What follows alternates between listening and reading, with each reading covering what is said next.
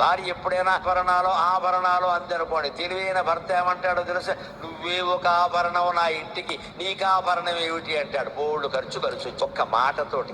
మగాళ్ళ ముందు సంభాషణ నైపుణ్యం, కమ్యూనికేషన్ స్కిల్ నేర్చుకోవాలి. ఓ చీర కట్టుకుని వస్తారు ఆడవాళ్ళు, బాగుందా అనాలి.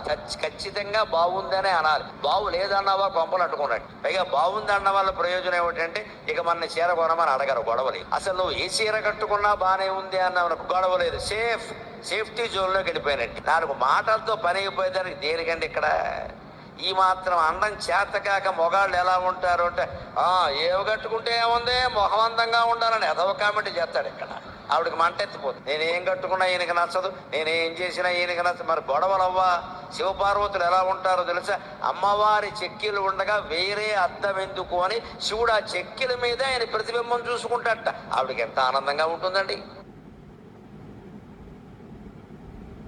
భార్య ఎప్పుడైనా ఆభరణాలు అందనుకోండి. తెలివైన భర్త ఏమంటాడో తెలుసా? నువ్వే ఒక ఆభరణం నా ఇంటికి, నీకు ఆభరణం ఏమిటి అంటాడు. బోల్డ్ ఖర్చు ఒక్క మాటతోటి. మగాళ్ళ ముందు సంభాషణ నైపుణ్యం, కమ్యూనికేషన్ స్కిల్ నేర్చుకోవాలి. ఓ చీర కట్టుకుని వస్తారు ఆడవాళ్ళు, బాగుందా అనాలి.